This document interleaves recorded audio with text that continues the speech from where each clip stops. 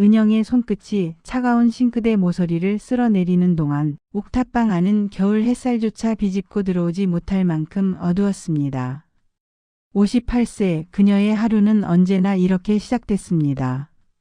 먼지를 닦고 쓰레기를 물고 그렇게 시간을 보내다 보면 배달 아르바이트 시간이 다가왔습니다. 에휴, 이거 언제까지 이러고 살아야 하나. 은영은 낡은 후드티 소매를 걷어 올리며 작은 한숨을 내쉬었습니다. 회색빛 후드티 위로 덧입은 블랙 조끼는 이미 몇 년째 같은 옷이었습니다. 단발로 자른 머리는 자연스럽게 펌을 넣어두었지만 관리할 여유가 없어 끝이 푸석푸석했습니다. 그녀는 거울을 보지 않았습니다. 볼 이유가 없었으니까요.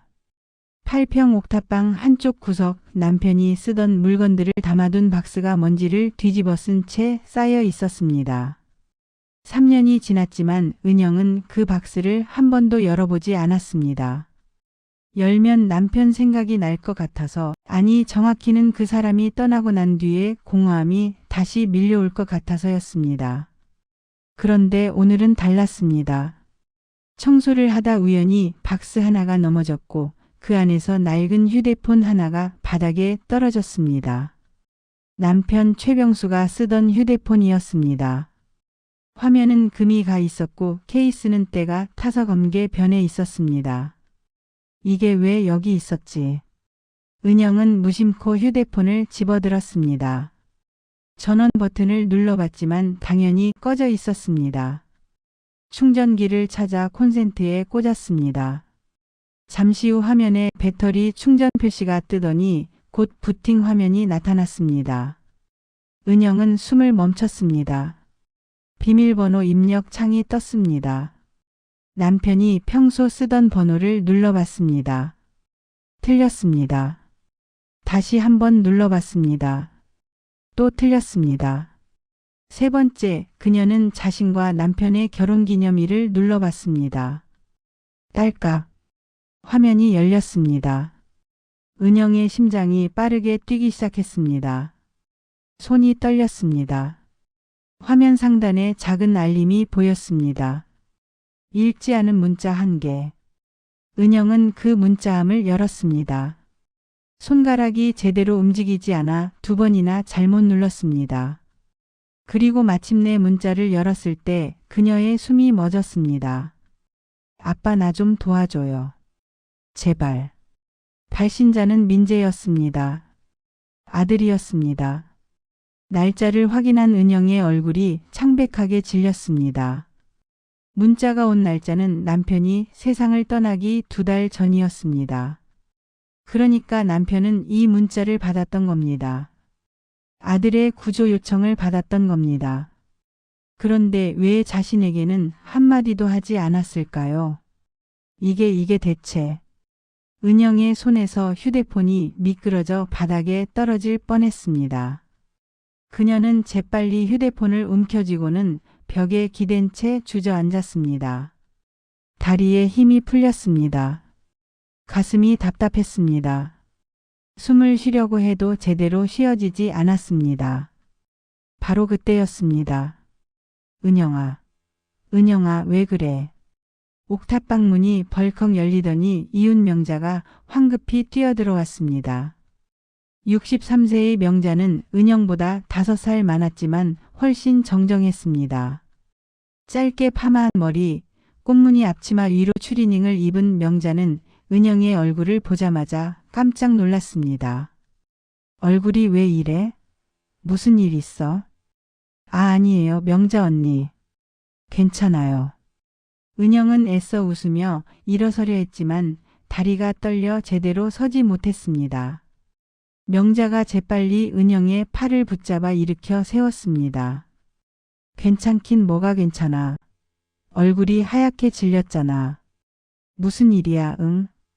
그냥 정리하다가 남편 물건이 나와서요. 은영은 휴대폰을 뒤로 감추며 말했습니다. 명자는 의심스러운 눈으로 은영을 바라봤지만 더 이상 캐묻지 않았습니다. 대신 부엌으로 가서 물 한 컵을 따라 은영에게 건넸습니다. 이거 마시고 진정해. 너 요즘 너무 무리하는 거 아니야? 배달 일도 힘든데 밤늦게까지 일하잖아. 괜찮아요. 이렇게라도 해야 생활이 되니까요. 은영은 물을 받아 마셨지만 목으로 제대로 넘어가지 않았습니다. 머릿속에는 오직 그 문자만 맴돌았습니다. 아빠 나 좀 도와줘요. 제발. 민재가 그렇게 아빠에게 도움을 청했다는 것. 그런데 남편은 왜 자신에게 아무 말도 하지 않았을까요? 아들은 지금 어디에 있는 걸까요? 왜 3년 동안 연락이 없었던 걸까요? 은영아, 너 정말 괜찮아? 내가 볼 땐 안 괜찮은 것 같은데. 명자의 목소리가 다시 들려왔지만 은영은 고개를 끄덕이는 것으로만 대답했습니다. 명자는 한참 동안 은영을 바라보다가 한숨을 쉬며 문을 열었습니다. 그래, 알았어. 근데 힘들면 언제든 말해. 알았지? 네, 고마워요, 언니. 문이 닫히고 난 뒤 은영은 다시 휴대폰을 꺼내 들었습니다. 문자를 다시 읽고 또 읽었습니다. 읽을 때마다 가슴 한쪽이 무너져 내리는 것 같았습니다. 민재야, 넌 지금 어디에 있니? 은영의 눈에서 눈물이 흘러내렸습니다. 3년 동안 한 번도 연락하지 않았던 아들. 그 아들이 남편에게 도움을 청했다는 것. 그리고 그 도움이 제대로 전달되었는지조차 알 수 없다는 것. 은영은 떨리는 손으로 휴대폰을 꼭 쥐었습니다. 이 안에 분명 더 많은 단서가 있을 거라고, 아들을 찾을 수 있는 방법이 있을 거라고 생각했습니다. 그날 밤 은영은 잠을 이루지 못했습니다. 다음날 새벽 6시 은영의 알람이 울렸습니다. 그녀는 거의 잠들지 못한 채로 일어났습니다. 눈두덩이 퉁퉁 부어 있었고 몸은 납덩이처럼 무거웠습니다. 하지만 일을 나가지 않을 수 없었습니다. 배달 아르바이트라도 하지 않으면 이 옥탑방 월세조차 낼 수 없었으니까요. 은영은 낡은 운동화 끈을 질끈 묶고 문을 열었습니다. 계단을 내려가는 동안 차가운 바람이 얼굴을 때렸습니다. 겨울이 깊어지고 있었습니다. 배달 일은 생각보다 고됐습니다. 무거운 짐을 들고 아파트 계단을 오르내리는 일은 58세 여자에게 결코 쉬운 일이 아니었습니다. 그래도 은영은 참았습니다. 입 밖으로 내지 않았습니다. 불평하면 일을 잃을까봐, 그러면 살아갈 방법이 없을까 봐 두려웠습니다. 여기요. 좀 빨리 좀 와주세요. 어느 아파트 입구에서 젊은 여자가 짜증 섞인 목소리로 소리쳤습니다. 은영은 숨을 헐떡이며 달려갔습니다. 죄송합니다. 금방 갈게요. 아니, 벌써 10분 넘게 기다렸는데요. 이러면 환불 요청할 거예요. 정말 죄송합니다. 은영은 고개를 숙이며 짐을 건넸습니다. 여자는 짐을 낚아채듯 받아들고는 돌아섰습니다. 고맙다는 인사도 없었습니다. 은영은 그 자리에 서서 한참을 숨을 골랐습니다. 무릎이 쑤셨습니다. 허리도 아팠습니다. 하지만 쉴 시간이 없었습니다. 다음 배달이 기다리고 있었으니까요. 오후 4시가 되어서야 은영은 집으로 돌아올 수 있었습니다. 계단을 올라가는 동안 다리가 후들거렸습니다. 문을 열고 들어서자 냉기가 확 밀려왔습니다. 옥탑방은 여전히 추웠습니다. 난방기가 또 고장났나. 은영은 난방기 스위치를 눌러봤지만 반응이 없었습니다. 며칠 전부터 이상하더니 결국 완전히 고장난 것 같았습니다. 수리를 맡기자니 돈이 아까웠고 새로 사자니 그럴 여유가 없었습니다. 은영은 패딩을 껴입고 이불을 뒤집었었습니다. 싱크대에서는 물이 새고 있었습니다. 수도꼭지가 헐거워진 지 오래였지만 고칠 생각을 하지 못했습니다. 툭툭 물방울이 떨어지는 소리가 작은 방 안에 울려 퍼졌습니다. 은영은 남편의 휴대폰을 다시 꺼내 들었습니다. 어젯밤부터 계속 이 휴대폰만 붙들고 있었습니다. 문자함을 다시 열어 민재의 메시지를 읽고 또 읽었습니다. 나 좀 도와줘요. 제발. 그 짧은 문장 속에 얼마나 많은 절박함이 담겨 있었을까요? 은영은 가슴이 미어졌습니다. 아들이 도움을 청했는데 자신은 그 사실조차 몰랐습니다. 남편도 떠났고 아들도 연락이 끊겼고 이제 그녀에게 남은 건 이 8평짜리 옥탑방뿐이었습니다. 똑똑똑. 문 두드리는 소리가 들렸습니다. 은영아, 나야. 문 좀 열어. 명자의 목소리였습니다. 은영은 황급히 휴대폰을 이불 속에 감추고 일어나 문을 열었습니다. 언니, 왜 이렇게 늦게? 이거 먹어. 내가 반찬 좀 했는데 너 줄 거 남겨뒀어. 명자는 손에 비닐봉지를 들고 있었습니다. 안에는 김치찌개와 계란말이 그리고 밥이 담긴 용기가 들어 있었습니다. 아이고 언니. 이러지 않아도 되는데. 됐어, 그냥 받아. 너 요즘 제대로 먹는 것도 없잖아. 명자는 은영의 대답도 듣지 않고 부엌으로 들어가 반찬을 싱크대 위에 올려놓았습니다. 그러고는 주위를 둘러보더니 난방기를 가리켰습니다. 이거 왜 안 켜놨어? 춥잖아. 그게 고장 났어요. 고장? 그럼 수리 맡겨야지. 이렇게 추운데 어떻게 지내려고. 돈이 좀 여유가 없어서요. 명자는 한숨을 쉬며 은영의 어깨를 두드렸습니다. 에휴, 이 사람아. 그래도 건강은 챙겨야지. 아프면 일도 못하잖아. 알아요, 언니. 고마워요. 은영은 애써 밝게 웃었습니다. 명자는 한참 동안 은영을 바라보다가 문을 열고 나갔습니다. 내일도 반찬 갖다 줄 테니까 문 열어둬. 알았지? 네, 고마워요. 문이 닫히고 난 뒤 은영은 명자가 가져다 준 반찬을 바라봤습니다.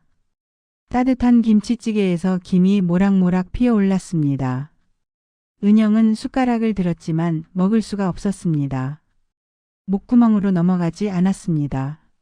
민재야, 넌 지금 밥은 먹고 있니?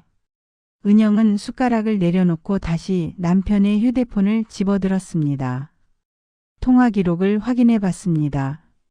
민재와의 통화 기록은 남편이 세상을 떠나기 석 달 전까지 있었습니다.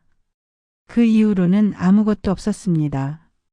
은영은 문자함을 다시 열어봤습니다. 민재가 보낸 문자는 딱 한 개뿐이었습니다. 그 짧은 구조 요청 하나만 남아 있었습니다. 왜 이것만 남아 있는 거지? 은영은 혼잣말을 중얼거렸습니다. 남편이 다른 문자들을 지웠을까요? 아니면 원래 이것밖에 없었던 걸까요? 밤이 깊어졌습니다. 은영은 패딩을 껴입은 채로 이불 속에 누웠습니다. 하지만 잠이 오지 않았습니다. 머릿속에는 온통 아들 생각뿐이었습니다. 민재야, 너 지금 어디 있니? 살아는 있는 거니? 은영의 눈에서 눈물이 흘러내렸습니다. 3년 동안 아무도 찾지 않은 이 옥탑방에서 그녀는 혼자 울었습니다. 다음 날 아침 은영은 배달 일을 쉬기로 했습니다. 평소라면 절대 그럴 수 없는 일이었지만 오늘만은 달랐습니다. 남편의 휴대폰 안에 분명 더 많은 단서가 있을 거라는 확신이 들었습니다. 은영은 휴대폰을 켜고 하나하나 살펴보기 시작했습니다. 사진첩을 열었습니다. 대부분 일터에서 찍은 사진들이었습니다. 철거 현장, 동료들과 함께 찍은 단체 사진, 점심 도시락 사진들. 평범한 일상이었습니다. 그런데 사진첩 맨 아래쪽에 낯선 사진 한 장이 있었습니다. 어느 허름한 건물 앞에서 찍은 사진이었습니다. 건물 간판은 흐릿했지만 배경에 원룸이라는 글씨가 보였습니다. 이게 뭐지? 은영은 사진을 확대해 봤습니다. 건물은 낡았고 페인트가 벗겨져 있었습니다. 왜 남편이 이런 곳을 찍어뒀을까요? 은영은 다시 문자함을 열었습니다. 이번에는 보낸 문자함을 확인했습니다. 민재에게 보낸 문자가 몇 개 있었습니다. 민재야, 아빠다. 전화 좀 받아라.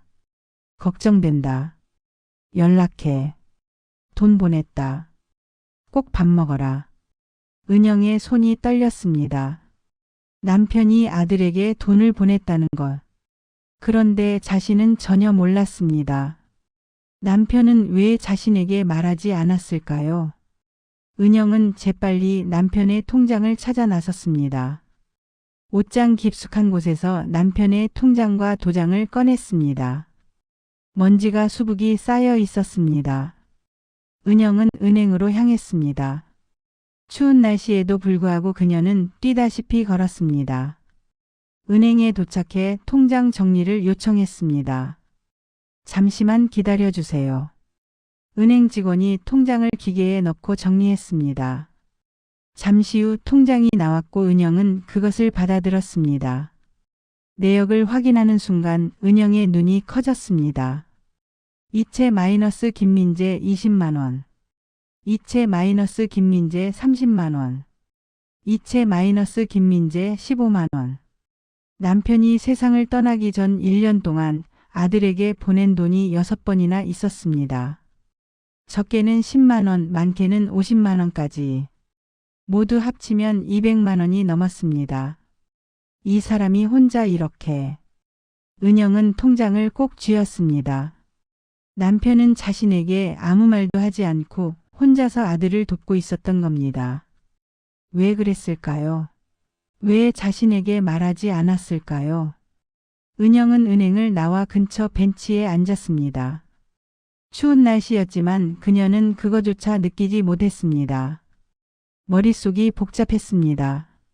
아들이 왜 돈이 필요했던 걸까? 무슨 일이 있었던 거지? 은영은 남편의 휴대폰을 다시 꺼내 들었습니다. 연락처를 확인했습니다. 남편의 친구들 번호가 몇 개 저장되어 있었습니다. 은영은 그중 한 명에게 전화를 걸었습니다. 여보세요? 저 최병수 아내입니다. 혹시 남편 얘기 좀 들을 수 있을까요? 전화 너머로 잠시 침묵이 흘렀습니다. 그러고는 한숨 소리가 들렸습니다. 형수님 병수 형 돌아가신 지 벌써 3년이나 됐네요. 그때 장례식에 못 가서 죄송했습니다. 아니에요, 괜찮아요. 그보다 혹시 우리 남편이 아들 일로 뭐 말한 거 없었나요? 또다시 침묵이 흘렀습니다. 그게 형님이 마음고생 많이 하셨던 건 사실이에요. 근데 자세한 얘기는 제가 함부로 말씀드리기가. 제발 말씀해 주세요. 저 정말 아무것도 모르겠어요. 은영의 목소리가 떨렸습니다. 전화 너머 남자는 한참을 망설이다가 말했습니다. 형님이 민재 씨 일로 많이 속상해 하셨어요. 근데 형수님한테는 걱정 끼칠까 봐 말 안 하셨다고 하더라고요. 무슨 일이었는데요? 그건 제가 정확히는 모릅니다. 다만 형님이 한 번은 이렇게 말씀하시더라고요. 내 아들이 힘들어하는데 내가 뭘 해줄 수 있는 게 없어서 답답하다고. 은영은 가슴이 내려앉는 것을 느꼈습니다. 혹시 민재가 어디 있는지 아세요? 그건 죄송합니다. 저도 모릅니다. 전화가 끊겼습니다. 은영은 휴대폰을 내려다봤습니다. 남편이 혼자 짊어지고 있었던 무게가 얼마나 무거웠을까요?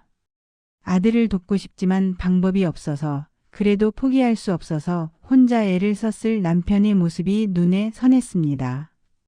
당신 왜 나한테 말 안 했어요? 우리 같이 해결할 수도 있었잖아요. 은영은 중얼거렸습니다. 하지만 남편은 대답할 수 없었습니다. 이미 이 세상 사람이 아니었으니까요. 은영은 집으로 돌아와 남편의 물건들을 다시 뒤지기 시작했습니다. 박스 안에는 낡은 공책 몇 권이 있었습니다. 남편이 일터에서 쓰던 수첩들이었습니다. 수첩을 펼쳤습니다. 대부분 일정과 메모들이었지만 어느 페이지에 눈에 띄는 글씨가 있었습니다. 민재 마이너스 보증금 문제. 민재 마이너스 직장 그만둠. 민재 마이너스 연락 안 됨. 은영의 눈에서 눈물이 흘러내렸습니다. 남편은 이렇게 혼자 아들을 걱정하고 있었던 겁니다. 그리고 그 걱정을 아내인 자신에게조차 나누지 않았습니다. 민재야, 너 대체 어디서 뭘 하고 있는 거니? 은영은 수첩을 꼭 쥐었습니다. 아들을 찾아야 했습니다. 어떻게든 찾아서 무슨 일이 있었는지 알아내야 했습니다. 밤이 깊어졌지만 은영은 잠들지 않았습니다. 그녀는 남편의 물건들을 계속 뒤졌습니다. 작은 단서라도 더 찾기 위해서였습니다. 그때 옷장 구석에서 작은 영수증 하나가 떨어졌습니다. 은영이 주워들었습니다. 정원 원룸 중개수수료 영수증. 주소가 적혀 있었습니다. 은영은 그 주소를 휴대폰에 저장했습니다.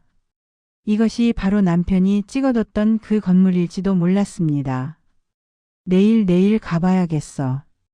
은영은 결심했습니다. 아들의 흔적을 찾기 위해 그 원룸을 찾아가기로. 아침이 밝았습니다. 은영은 거의 잠을 자지 못한 채로 일어났습니다. 하지만 눈빛만큼은 또렷했습니다. 오늘은 반드시 아들의 흔적을 찾을 거라는 결심이 서 있었습니다. 은영은 서둘러 옷을 챙겨 입었습니다. 회색 후드티 위에 블랙 조끼를 걸치고 낡은 운동화 끈을 질끈 묶었습니다. 손에는 남편의 휴대폰과 어제 찾은 영수증을 꼭 쥐었습니다. 문을 나서려는데 명자가 계단에서 올라오고 있었습니다. 은영아. 어디가? 잠깐 볼 일이 있어서요. 일은 아침부터. 배달 일은? 오늘은 쉬기로 했어요. 명자는 의아한 표정으로 은영을 바라봤습니다. 은영이 일을 쉬는 건 거의 없는 일이었습니다. 무슨 일 있어? 얼굴이 안 좋은데. 괜찮아요, 언니. 금방 다녀올게요. 은영은 명자의 질문을 피해 계단을 내려갔습니다. 명자는 한참 동안 은영의 뒷모습을 바라보다가 고개를 저으며 자기 방으로 들어갔습니다. 은영은 버스를 타고 영수증에 적힌 주소로 향했습니다. 차장 밖으로 익숙하지 않은 풍경이 지나갔습니다. 도심에서 점점 멀어지고 낡은 건물들이 늘어선 골목으로 들어섰습니다. 버스에서 내린 은영은 주소를 확인하며 걸었습니다. 좁은 골목길, 페인트가 벗겨진 건물들, 쓰레기가 쌓인 구석. 이런 곳에서 아들이 살았을까요? 한참을 걷다 보니 낡은 건물 하나가 눈에 들어왔습니다. 원룸이라는 간판이 희미하게 보였습니다. 남편이 찍어뒀던 바로 그 건물이었습니다. 은영은 숨을 고르고 건물 안으로 들어갔습니다. 계단은 삐걱거렸고 벽지는 곳곳이 찢어져 있었습니다. 1층에 관리사무소로 보이는 작은 방이 있었습니다. 똑똑. 은영이 문을 두드렸습니다. 누구세요? 안에서 중년 남자의 목소리가 들렸습니다. 문이 열리고 50대쯤 되어 보이는 남자가 나타났습니다. 저 혹시 여기 김민재라는 사람 살았나요? 남자는 은영을 위아래로 흘러보더니 물었습니다. 무슨 일이신데요? 제가 그 사람 어머니입니다. 남자의 표정이 조금 풀렸습니다. 그 청년 어머니셨어요? 네, 혹시 아들이 여기 살았나요? 남자는 고개를 끄덕였습니다. 살았죠. 한 2년 전쯤부터 작년 초까지. 근데 갑자기 연락이 끊기더니 나가버렸어요. 나갔다고요? 네, 집세도 밀리고 보증금도 못 빼고 그냥 사라졌어요. 은영의 가슴이 철렁 내려앉았습니다. 혹시 아들이 왜 그랬는지 아세요? 남자는 한숨을 쉬었습니다. 글쎄요, 자세히는 모르겠는데 그 친구 일이 잘 안 풀렸나 봐요. 마지막에는 거의 방에만 틀어박혀 있더라고요. 지금은 연락할 방법이 없나요? 없어요. 휴대폰도 안 받고 주소도 안 남겼어요. 은영은 다리에 힘이 풀리는 것을 느꼈습니다. 남자는 은영을 안쓰럽게 바라보더니 말했습니다. 혹시 방 보고 싶으세요? 아직 새 세입자 안 들어왔거든요. 네, 볼 수 있을까요? 그럼요, 따라오세요. 남자는 은영을 3층으로 안내했습니다. 좁은 복도 끝 303호라는 숫자가 붙은 문 앞에 섰습니다. 남자가 열쇠로 문을 열었습니다. 여기에요. 문이 열리고 은영은 안으로 들어갔습니다. 작은 원룸이었습니다. 창문은 닫혀 있었고 먼지가 수북이 쌓여 있었습니다. 아무것도 없는 빈 방이었습니다. 은영은 방 안을 천천히 둘러봤습니다. 싱크대, 화장실, 작은 창문. 아들이 이곳에서 혼자 살았다는 것. 그리고 힘들어했다는 것. 은영의 눈에서 눈물이 흘러내렸습니다. 여기서 우리 아들이. 은영은 바닥에 주저앉았습니다. 남자는 난처한 표정으로 은영을 바라보다가 말했습니다. 어머님 괜찮으세요? 네, 괜찮아요. 은영은 눈물을 닦으며 일어났습니다. 그때 구석에 작은 종이박스 하나가 눈에 들어왔습니다. 저게 뭐죠? 아, 그거요? 그 친구가 남기고 간 거예요. 버리려다가 그냥 놔뒀어요. 은영은 재빨리 박스를 열었습니다. 안에는 낡은 사진 몇 장과 작은 수첩이 들어 있었습니다. 사진을 꺼내 들었습니다. 가족 사진이었습니다. 은영과 남편 그리고 어린 민재가 함께 찍은 사진. 언제 찍었는지 기억나지 않았지만 모두 행복하게 웃고 있었습니다. 또 다른 사진도 있었습니다. 성인이 된 민재가 혼자 찍은 사진. 하지만 그 얼굴은 초췌했습니다. 웃고는 있었지만 눈빛은 죽어 있었습니다. 민재야. 은영은 사진을 가슴에 안았습니다. 남자가 조심스럽게 물었습니다. 어머님, 그 사진들 가져가실래요? 네, 가져가도 될까요? 그럼요. 어차피 버릴 거였으니까요. 은영은 사진과 수첩을 챙겨 박스를 들고 일어났습니다. 남자가 문을 잠그며 말했습니다. 그 친구 마지막에 정말 힘들어 보였어요. 저한테 한 번은 이런 말을 하더라고요. 제가 집에 갈 얼굴이 없어요라고. 은영의 가슴이 찢어지는 것 같았습니다. 그래서 제가 그래도 가족인데 연락해보지 그러냐고 했더니 그냥 웃더라고요. 웃으면서 이미 늦었어요라고. 은영은 더 이상 참을 수 없었습니다. 눈물이 주르륵 흘러내렸습니다. 어머님 괜찮으세요? 네, 고맙습니다. 덕분에 아들 흔적이라도 찾았네요. 은영은 박스를 꼭 안고 건물을 나왔습니다. 찬 바람이 얼굴을 때렸지만 그녀는 느끼지 못했습니다. 머릿속에는 온통 아들 생각뿐이었습니다. 집으로 돌아오는 길 은영은 버스 안에서 계속 울었습니다. 옆 사람들이 쳐다봤지만 신경 쓰지 않았습니다. 그저 아들이 얼마나 힘들었을지, 얼마나 외로웠을지 생각하니 가슴이 미어졌습니다. 집에 도착했을 때는 이미 해가 기울고 있었습니다. 은영은 계단을 올라가다 명자와 마주쳤습니다. 은영아, 얼굴이 왜 그래? 울었어? 아니에요, 괜찮아요. 무슨 일 있었어? 말해봐. 명자가 은영의 팔을 붙잡았습니다. 은영은 더 이상 참을 수 없었습니다. 명자의 품에 안겨 소리 내어 울었습니다. 언니, 우리 아들이 너무 힘들었나 봐요. 은영아. 명자는 은영의 등을 쓰다듬어 주었습니다. 한참을 울던 은영은 겨우 진정하고 명자에게 그간의 일을 털어놓았습니다. 남편의 휴대폰에서 발견한 문자, 통장 내역, 그리고 오늘 찾아간 원룸까지. 명자는 조용히 은영의 이야기를 들어주었습니다. 그리고 은영의 손을 꼭 잡으며 말했습니다. 은영아, 아들 꼭 찾을 거야. 우리 같이 찾자. 고마워요, 언니. 은영은 명자의 손을 꼭 쥐었습니다. 혼자가 아니라는 것. 누군가 자신의 편이 되어준다는 것. 그것만으로도 조금은 힘이 났습니다. 그날 밤 은영은 민재가 남긴 사진들을 펼쳐놓고 하나하나 바라봤습니다. 행복했던 시절의 사진, 그리고 힘들어하던 시절의 사진. 모두 소중한 흔적이었습니다. 민재야, 엄마가 꼭 찾을게. 기다려. 은영은 사진을 가슴에 안고 눈을 감았습니다. 내일은 또 어떤 단서를 찾을 수 있을까요?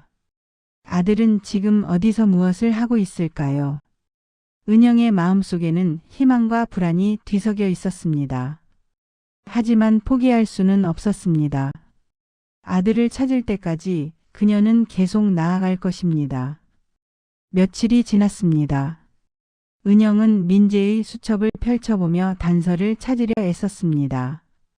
수첩에는 단편적인 메모들만 적혀 있었습니다. 면접 마이너스 불합격. 월세 밀림 2개월. 아빠한테 연락해야 하나. 은영은 수첩을 읽으며 아들이 얼마나 힘들었을지 가늠할 수 있었습니다. 면접에 떨어지고 월세를 내지 못하고 그러면서도 아빠에게 연락하기를 망설였던 아들. 그 마음이 얼마나 무거웠을까요? 그때 명자가 문을 두드렸습니다. 은영아, 나야. 문 좀 열어. 은영이 문을 열자 명자가 들어왔습니다. 손에는 따뜻한 국이 담긴 그릇을 들고 있었습니다. 이것 좀 먹어. 며칠째 제대로 먹는 거 못 봤어. 고마워요, 언니. 명자는 국을 식탁에 놓고 은영 옆에 앉았습니다. 그리고 수첩을 가리키며 물었습니다. 그게 민재 거야? 내 원룸에서 찾았어요. 명자는 수첩을 넘겨보다가 한숨을 쉬었습니다. 참, 이 아이가 혼자 얼마나 힘들었을까. 바로 그때 은영의 휴대폰이 울렸습니다. 모르는 번호였습니다. 은영은 떨리는 손으로 전화를 받았습니다. 여보세요? 혹시 최병수 씨 아내분이신가요? 네, 맞는데요. 누구세요? 저는 병수 형님이랑 같이 일했던 사람입니다. 형님 친구한테 들었는데 민재 씨 찾고 계시다고요? 은영의 심장이 빠르게 뛰기 시작했습니다. 네, 맞아요. 혹시 우리 아들 어디 있는지 아세요? 제가 정확히는 모르겠는데 형님이 생전에 말씀하신 게 있어서요. 혹시 시간 되시면 한번 만날 수 있을까요? 네. 언제든지 괜찮아요. 은영은 남자와 약속 장소를 정했습니다. 명자가 옆에서 물었습니다. 누구야? 남편 동료래요. 민재 얘기를 해줄 수 있대요. 그래? 그럼 빨리 가봐야지. 은영은 서둘러 옷을 챙겨 입었습니다. 명자가 은영의 어깨를 두드리며 말했습니다. 조심히 다녀와. 좋은 소식 있길 바랄게. 은영은 고개를 끄덕이고 집을 나섰습니다. 약속 장소는 한 허름한 식당이었습니다. 은영이 도착하자 50대 남자가 손을 흔들었습니다. 여기요, 형수님. 은영은 남자에게 다가가 앉았습니다. 남자는 은영에게 커피를 건네며 말했습니다. 늦게 연락드려 죄송합니다. 사실 형님 돌아가시고 나서 연락처를 잃어버려서. 괜찮아요. 그보다 우리 민재 얘기 좀 해주세요. 남자는 고개를 끄덕이며 말을 이었습니다. 형님이 마지막 몇 달 동안 민재 씨 걱정을 정말 많이 하셨어요. 일터에서도 맨날 한숨만 쉬시고. 무슨 일이 있었던 건가요? 민재 씨가 직장을 잃었대요. 그리고 빚까지 생겼다고 하더라고요. 은영의 얼굴이 창백해졌습니다. 빚이요? 네, 자세한 건 저도 모르겠는데 형님이 그러시더라고요. 아들이 보증을 잘못 써서 빚을 떠안았다고. 은영은 숨이 막혔습니다. 아들이 그런 일을 겪고 있었다니. 그리고 남편도 그것을 알고 있었다니. 형님이 마지막으로 하신 말씀이 민재가 살던 원룸 주소를 알아냈다. 주말에 가봐야겠다고 하셨어요. 그런데 그 주말에 남자는 말을 잇지 못했습니다. 그 주말에 남편이 세상을 떠났다는 것을 은영도 알고 있었습니다. 주소 혹시 그 주소 아세요? 네, 여기 있어요. 남자는 주머니에서 작은 종이 쪽지를 꺼내 은영에게 건넸습니다. 은영이 주소를 확인하자 눈이 커졌습니다. 자신이 며칠 전에 찾아갔던 바로 그 원룸이었습니다. 이미 가보셨어요? 남자가 물었습니다. 네, 며칠 전에 갔었어요. 근데 민재는 이미 그곳을 떠난 뒤였어요. 그랬군요. 형님이 살아계셨으면 민재 씨를 찾으셨을 텐데. 은영은 눈물이 차올랐습니다. 남편이 아들을 찾으려고 했다는 것. 하지만 그 전에 세상을 떠났다는 것. 모든 게 엇갈렸습니다. 혹시 다른 단서는 없나요? 남자는 잠시 생각하더니 말했습니다. 아, 형님이 한 번은 이런 말씀을 하셨어요. 민재가 연락이 안 되는데 마지막으로 통화했을 때 공장 소리가 들렸다고. 공장이요? 네, 무슨 기계 돌아가는 소리 같은 게 들렸대요. 그래서 혹시 공장 쪽에서 일하는 거 아니냐고 하셨죠. 은영은 희망의 끈을 잡은 것 같았습니다. 그 공장이 어디쯤인지는 그건 잘 모르겠어요. 근데 형님이 아마 집 근처일 거다라고 하셨어요. 그 원룸 근처 말이죠. 은영은 고개를 끄덕였습니다. 단서가 생겼습니다. 작지만 분명한 단서였습니다. 정말 고맙습니다. 큰 도움이 됐어요. 형수님, 민재 씨 꼭 찾으세요. 형님도 그걸 바라셨을 거예요. 은영은 남자에게 인사하고 식당을 나섰습니다. 그리고 곧바로 그 원룸이 있던 동네로 향했습니다. 원룸 근처에 도착한 은영은 주변을 둘러보기 시작했습니다. 골목을 걸으며 공장이 있을 만한 곳을 찾았습니다. 한참을 걷다 보니 작은 공장 건물들이 모여 있는 곳이 나타났습니다. 은영은 한 공장씩 들어가 물어봤습니다. 혹시 김민재라는 사람 여기서 일하나요? 모르는데요. 아, 그런 사람 없는데요. 계속된 거절에 은영의 마음은 점점 무거워졌습니다. 해가 기울기 시작했습니다. 은영은 지쳐서 골목 한쪽에 주저앉았습니다. 민재야, 너 대체 어디 있니? 그때였습니다. 한 공장 문이 열리고 남자 몇 명이 나왔습니다. 그들은 작업복을 입고 있었고 담배를 피우며 이야기를 나누고 있었습니다. 은영은 용기를 내어 그들에게 다가갔습니다. 저 실례지만 혹시 김민재라는 사람 아세요? 남자들이 은영을 쳐다봤습니다. 그중 한 명이 고개를 끄덕였습니다. 민재요. 그 친구 여기서 일했었는데 한 달 전쯤에 그만뒀어요. 은영의 심장이 쿵 내려앉았습니다. 그만뒀다고요? 지금은 어디 있는지. 글쎄요, 우리도 잘 모르겠는데 그 친구 원래 말이 별로 없었거든요. 혹시 어떤 이유로 그만뒀는지 아세요? 남자는 담배를 한 모금 빨고 말했습니다. 몸이 안 좋아 보였어요. 마지막에는 거의 비틀거리면서 일했으니까요. 사장님이 보다 못해 병원 좀 가보라고 했는데 그날 이후로 안 나왔어요. 은영은 다리에 힘이 풀렸습니다. 병원에 갔을까요? 그건 저희도 모르죠. 근데 걱정은 됐어요. 그 친구 정말 힘들어 보였거든요. 은영은 더 이상 말을 잇지 못했습니다. 아들이 아프다는 것. 그리고 어디론가 사라졌다는 것. 모든 게 막막했습니다. 집으로 돌아오는 길 은영은 멍하니 걸었습니다. 해는 이미 저물었고 찬 바람이 불었습니다. 옥탑방에 도착했을 때는 온몸이 얼어붙어 있었습니다. 명자가 복도에서 기다리고 있었습니다. 은영아, 어떻게 됐어? 은영은 고개를 저었습니다. 못 찾았어요. 민재가 공장을 그만뒀대요. 몸이 안 좋아서. 명자는 은영을 끌어안았습니다. 괜찮아, 은영아. 우리 꼭 찾을 거야. 은영은 명자의 품에서 소리 없이 울었습니다. 아들을 찾을 수 있을까요? 아들은 지금 어디서 어떻게 지내고 있을까요?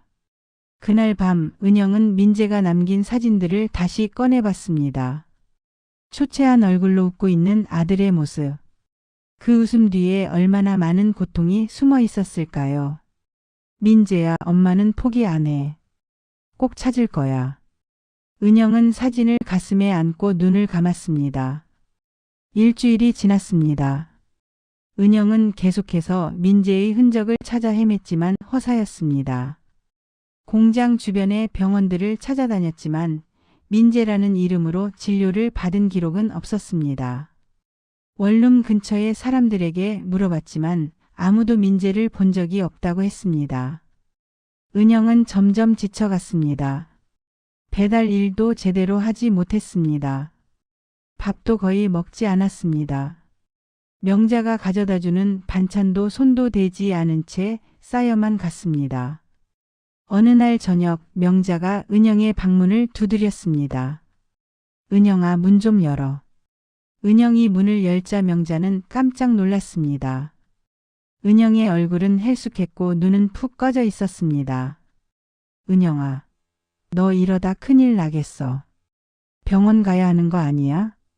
괜찮아요, 언니. 무슨 소리야. 얼굴이 완전히 상한 사람 얼굴이야. 이리 와 앉아. 명자는 은영을 억지로 앉히고 따뜻한 차를 끓여 건넸습니다. 이거 마시고 정신 좀 차려. 내가 이렇게 쓰러지면 민재 찾는 거는 누가 해? 그렇지만 아무리 찾아도 안 보여요. 우리 아들이 어디 있는지. 은영의 목소리가 떨렸습니다. 명자는 은영의 손을 꼭 잡았습니다. 은영아, 너 남편 생각 안 나? 남편이요? 그래. 병수 씨 말이야. 그 사람도 민재 찾으려고 얼마나 애썼겠어.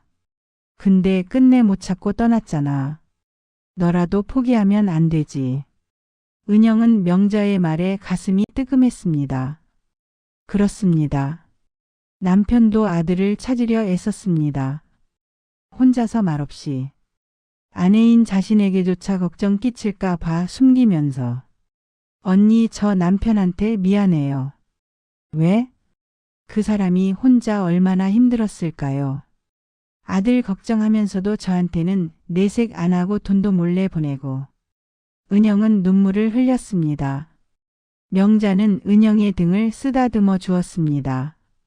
병수 씨가 그랬던 건 널 사랑해서 그랬던 거야. 걱정 끼치기 싫어서 혼자 짊어진 거지.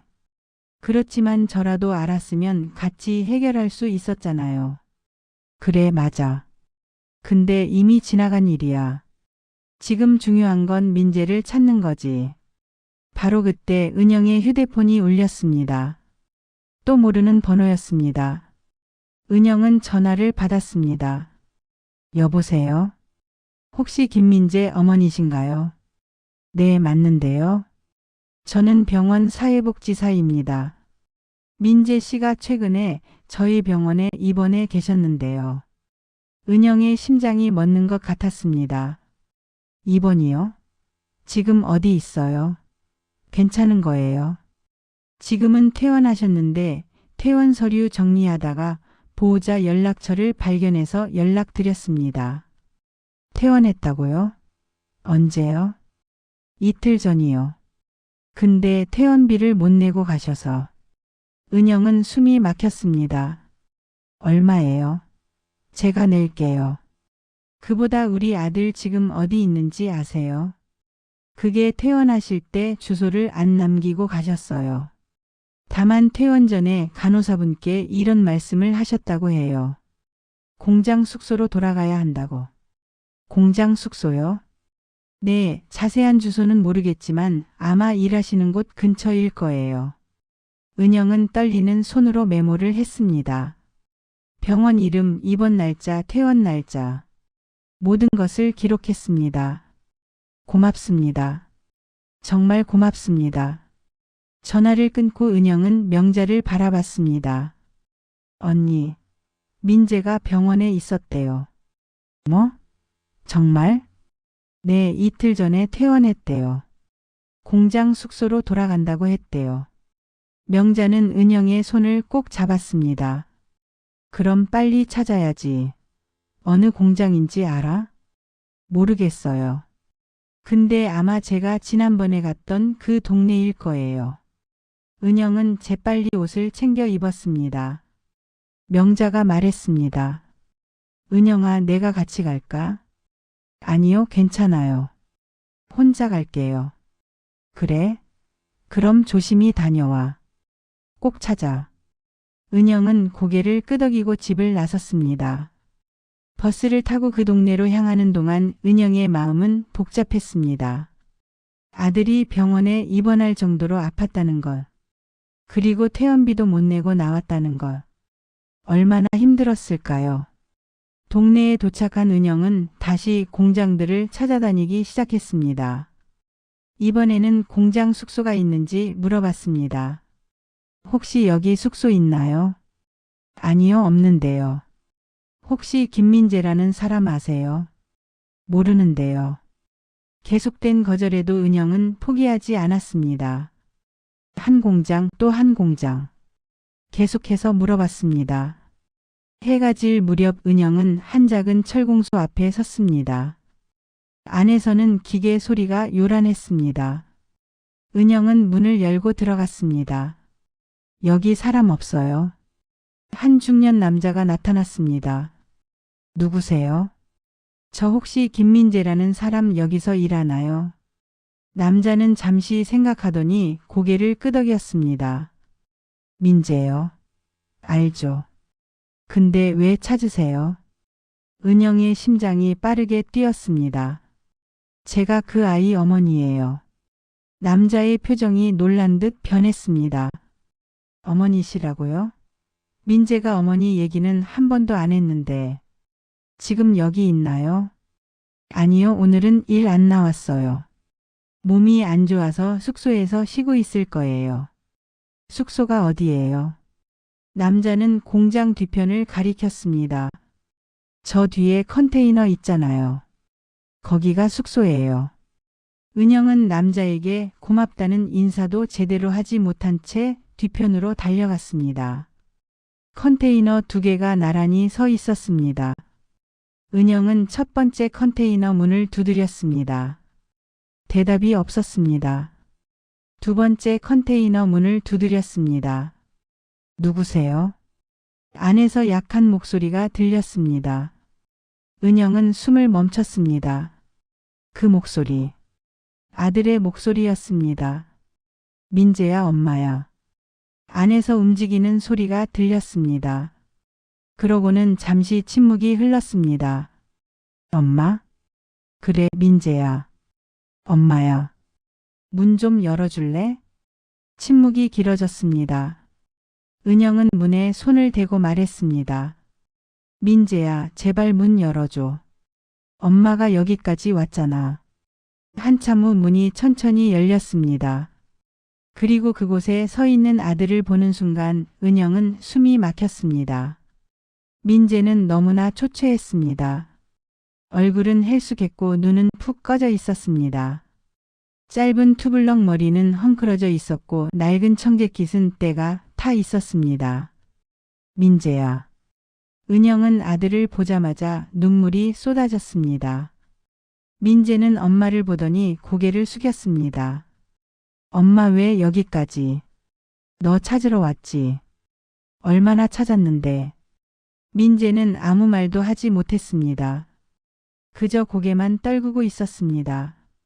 은영은 아들에게 다가가 손을 잡았습니다. 들어가자. 밖에서 말하기 그러니까. 은영은 아들의 손을 이끌고 컨테이너 안으로 들어갔습니다.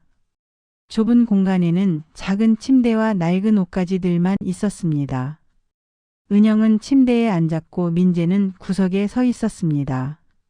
민재야, 앉아. 엄마, 저 정말 미안해요. 민재의 목소리가 떨렸습니다. 은영은 아들을 바라봤습니다. 왜 연락 안 했어? 3년 동안 한 번도. 죄송해요, 엄마한테 얼굴 들 자신이 없었어요. 무슨 일이 있었던 거니? 아빠가 너 도와주려고 했다며. 민재는 고개를 저었습니다. 아빠가 도와주려고 하셨는데 제가 거절했어요. 아빠도 힘드실 텐데 제가 더 짐이 될 수 없었어요. 무슨 소리야. 부모가 자식 돕는 게 당연한 건데. 엄마, 저 친구 보증을 잘못 썼어요. 그 친구가 돈을 갚지 않아서 제가 빚을 떠안았고 직장도 잃었어요. 은영은 가슴이 무너지는 것을 느꼈습니다. 그래서 혼자 버틴 거야. 내 아빠한테 마지막으로 문자 보냈는데 답이 없더라고요.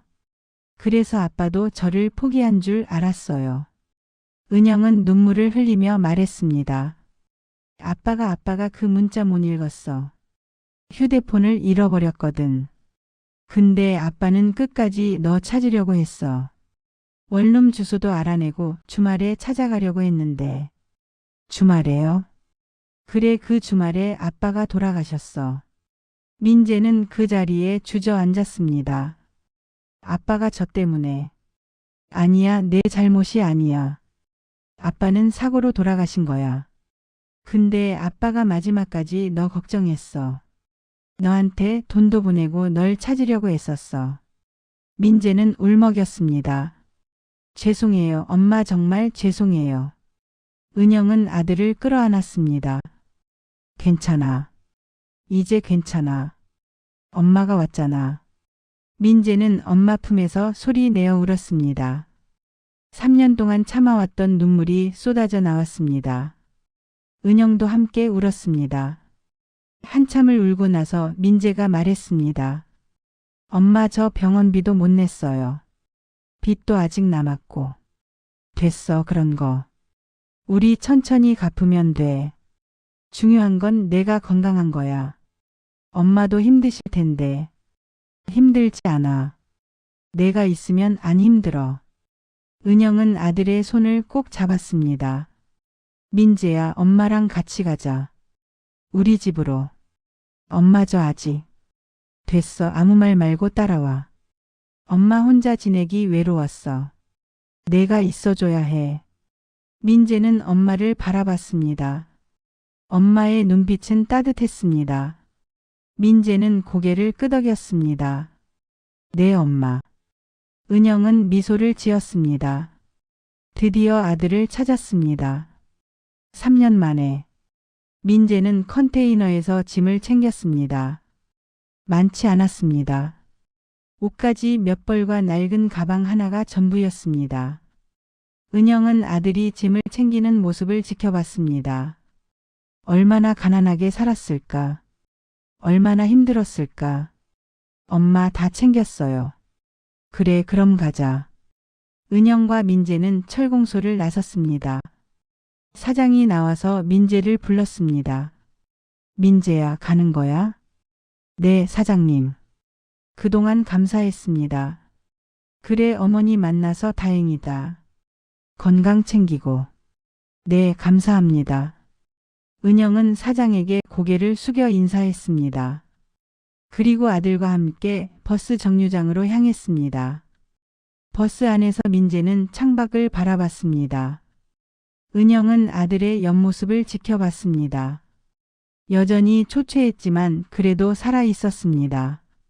그것만으로도 감사했습니다. 민재야. 네, 엄마. 배고프지? 집 가서 밥 먹자. 네. 민재의 목소리는 여전히 작았습니다. 은영은 아들의 손을 꼭 잡았습니다. 집에 도착했을 때는 이미 밤이 깊어 있었습니다. 계단을 올라가는 동안 명자가 복도에서 기다리고 있었습니다. 은영아, 찾았구나. 명자는 민재를 보자 환하게 웃었습니다. 네, 언니. 찾았어요. 아이고, 민재 맞구나. 어릴 때 봤는데 이렇게 컸네. 들어가, 빨리. 추워. 명자는 은영과 민재를 방으로 밀어 넣었습니다.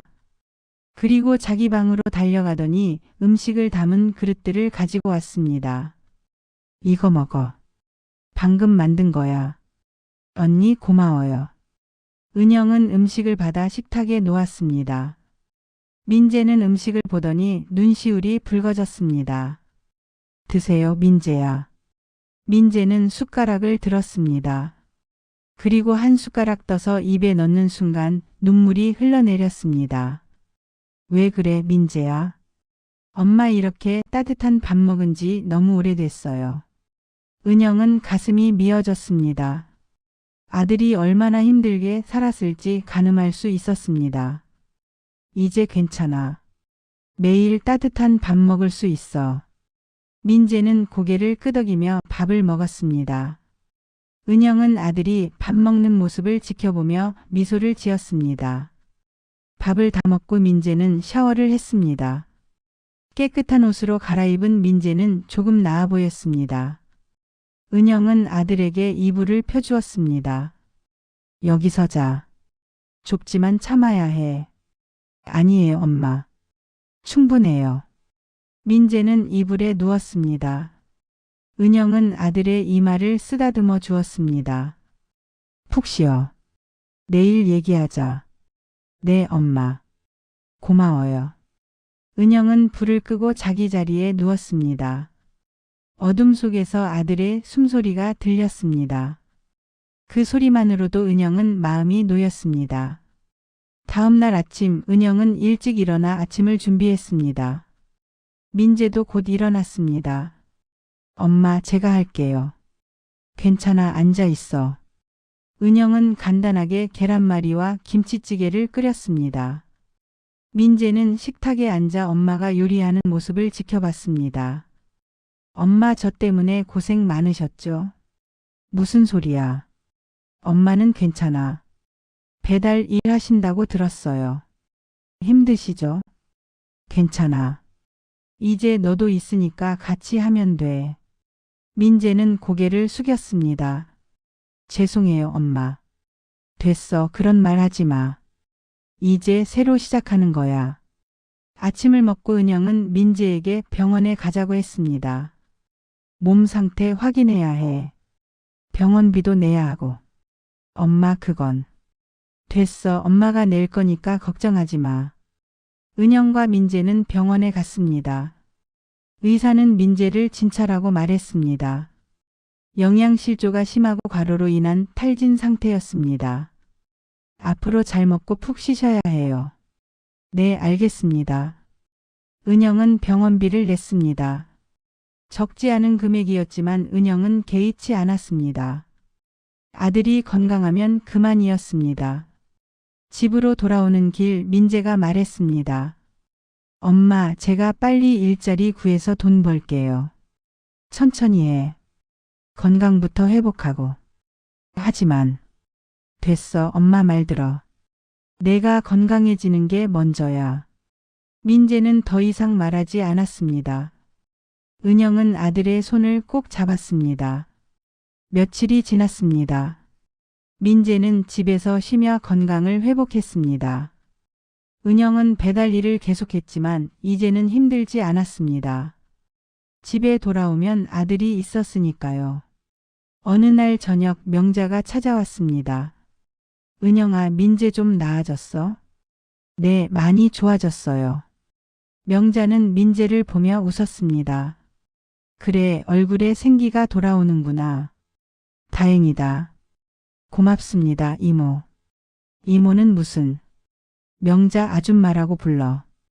그나저나 은영아, 너 요즘 힘들지 않아?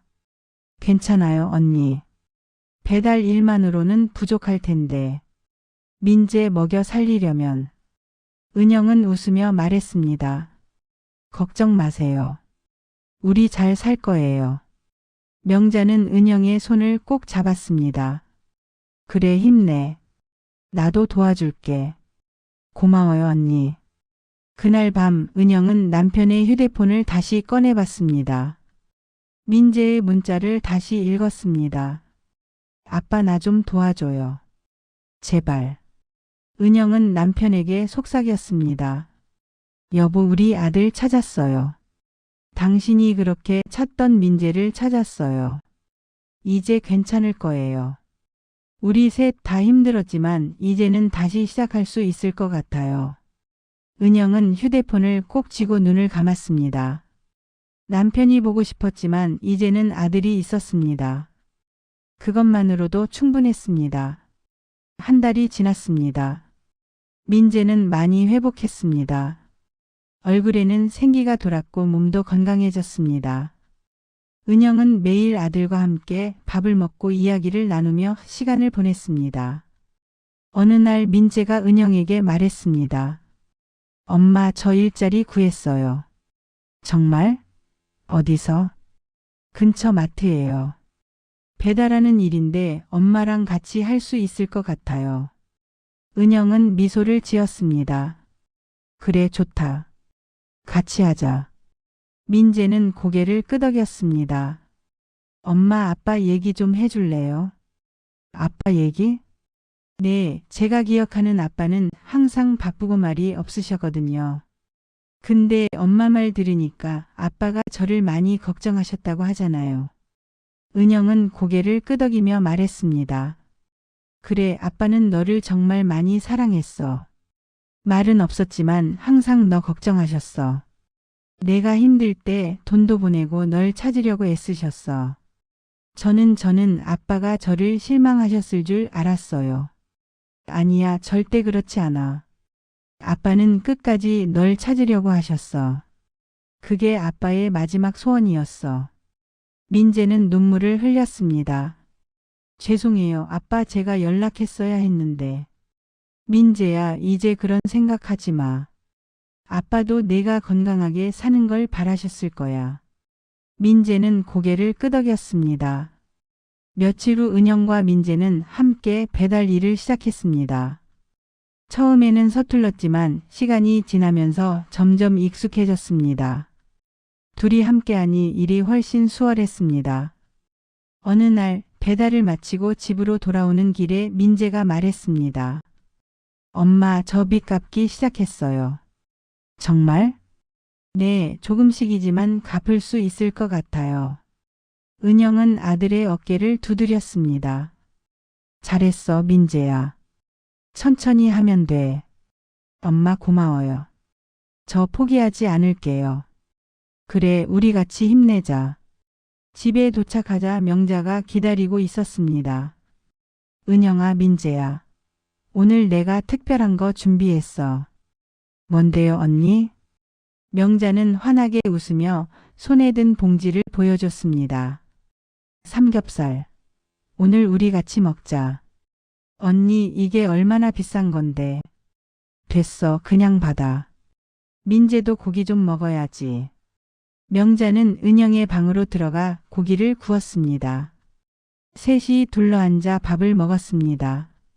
좁은 옥탑방이었지만 따뜻했습니다. 민재야, 많이 먹어. 네, 감사합니다. 민재는 고기를 먹으며 웃었습니다. 은영은 아들의 웃는 얼굴을 보며 행복했습니다. 명자도 흐뭇하게 웃었습니다. 밥을 다 먹고 명자가 말했습니다. 은영아, 너네 난방기 고장 났다며? 내가 수리비 좀 보탤게. 언니, 그건 안 돼요. 됐어, 그냥 받아. 겨울인데 어떻게 히터 없이 지내니? 은영은 명자에게 고맙다고 말했습니다. 명자는 웃으며 은영의 손을 꼭 잡았습니다. 다음 날 은영과 민재는 난방기를 고쳤습니다. 수리공이 와서 난방기를 살펴보더니 말했습니다. 이거 오래됐네요. 그래도 고칠 수 있어요. 1시간 후 난방기가 다시 작동했습니다. 따뜻한 바람이 방 안을 채웠습니다.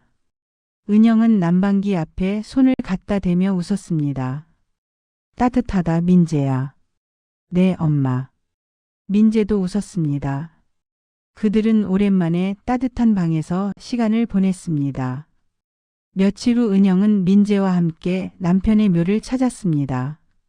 오랜만에 가는 길이었습니다. 묘는 조용한 곳에 있었습니다. 은영과 민재는 묘 앞에 섰습니다. 은영이 먼저 말했습니다. 여보, 우리 왔어요. 민재도 데려왔어요. 민재는 고개를 숙이며 말했습니다. 아빠, 죄송해요. 제가 연락 못해서 아빠가 저 찾으려고 애쓰신 것도 모르고. 민재의 목소리가 떨렸습니다. 은영은 아들의 어깨를 감싸 안았습니다. 민재야, 아빠는 이해하실 거야. 엄마, 저 정말 후회돼요. 아빠한테 잘해드릴 걸. 그래, 나도 그래. 근데 이제는 아빠를 위해서라도 잘 살아야지. 그게 아빠가 바라시는 거야. 민재는 고개를 끄덕였습니다. 네, 엄마. 저 열심히 살게요. 아빠한테 부끄럽지 않게. 은영은 남편의 묘를 바라보며 속삭였습니다. 여보, 우리 잘 살게요. 걱정하지 마세요. 그들은 한참 동안 묘 앞에 있었습니다. 바람이 불었고 나뭇잎이 흔들렸습니다. 은영은 남편이 지켜보고 있다는 느낌을 받았습니다. 집으로 돌아오는 길 민재가 말했습니다. 엄마, 저 이제 괜찮을 것 같아요. 정말? 네, 아빠한테 다녀오니까 마음이 조금 가벼워진 것 같아요. 은영은 아들의 손을 꼭 잡았습니다. 그래, 우리 이제 앞만 보고 가자. 네, 엄마. 그날 밤 은영은 옥탑방 창문을 열고 밤하늘을 바라봤습니다. 별이 빛나고 있었습니다. 은영은 별을 보며 생각했습니다. 여보, 우리 아들 찾았어요. 이제 우리 잘 살 거예요. 당신도 편히 쉬세요. 은영은 창문을 닫고 방으로 들어갔습니다. 민재는 이불 속에서 자고 있었습니다. 은영은 아들의 이마를 쓰다듬어 주었습니다. 민재야, 잘 자. 은영은 자기 자리에 누웠습니다. 따뜻한 난방 바람이 방 안을 감쌌습니다. 은영은 눈을 감았습니다. 3년 동안 잃어버렸던 가족의 끈. 이제 다시 이어졌습니다. 남편은 떠났지만 아들은 돌아왔습니다. 그것만으로도 은영은 감사했습니다. 다음 날 아침 은영은 민재와 함께 아침을 먹었습니다. 간단한 식사였지만 함께 먹으니 맛있었습니다. 엄마, 오늘도 배달 나가요? 그래, 같이 가자. 네. 민재는 활기차게 대답했습니다. 은영은 아들의 모습을 보며 미소를 지었습니다. 그들은 함께 집을 나섰습니다. 계단을 내려가는 동안 명자가 나타났습니다. 너희 어디가? 일 나가요, 언니. 그래? 조심히 다녀와. 네, 고마워요. 은영과 민재는 계단을 내려가 거리로 나섰습니다. 햇살이 따뜻했습니다. 은영은 아들과 나란히 걸으며 생각했습니다. 이제 시작이야.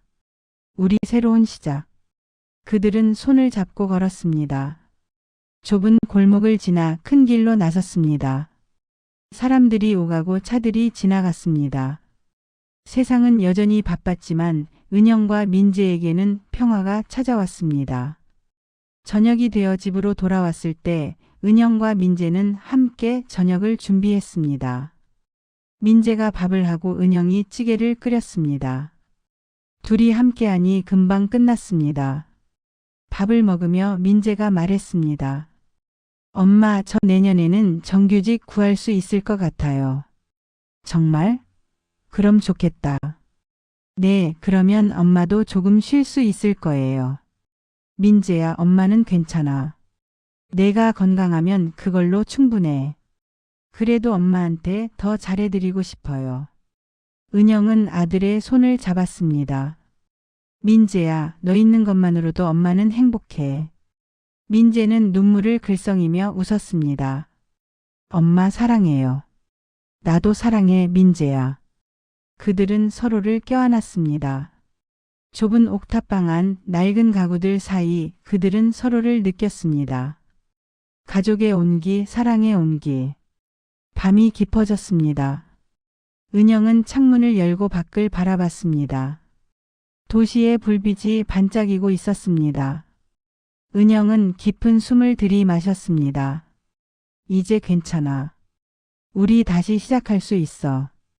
은영은 창문을 닫고 방으로 들어갔습니다. 민재는 이미 잠들어 있었습니다. 은영은 난방기를 켜고 이불을 덮어주었습니다. 잘 자, 민재야. 내일도 좋은 하루가 될 거야. 은영은 자기 자리에 누워 눈을 감았습니다. 따뜻한 방 안에서 아들의 숨소리를 들으며 은영은 편안하게 잠들었습니다. 고립되었던 옥탑방에 다시 가족의 온기가 들어왔습니다. 상처받았던 두 사람이 서로를 치유하며 잃어버렸던 시간을 되찾아가고 있었습니다. 남편 최병수는 떠났지만 그가 남긴 사랑은 여전히 그들을 감싸고 있었습니다. 은영과 민재는 그 사랑 안에서 다시 일어섰습니다. 그리고 그들은 알고 있었습니다. 앞으로도 힘든 날들이 있겠지만 이제는 혼자가 아니라는 것을, 서로가 있다는 것을, 그것만으로도 충분히 버틸 수 있다는 것을. 8평 옥탑방, 낡은 난방기, 작은 싱크대. 모든 것이 여전히 초라했지만 이제 그곳은 더 이상 외로운 곳이 아니었습니다. 가족이 있는 곳, 사랑이 있는 곳, 희망이 있는 곳이었습니다. 은영과 민재의 새로운 시작은 이제부터였습니다. 그들은 서로의 손을 잡고 함께 내일을 향해 나아갈 것입니다. 끝까지 함께 해주셔서 감사합니다. 사연이 재미있으셨다면 댓글로 사연자를 응원해주세요. 오늘도 행복한 하루 되세요.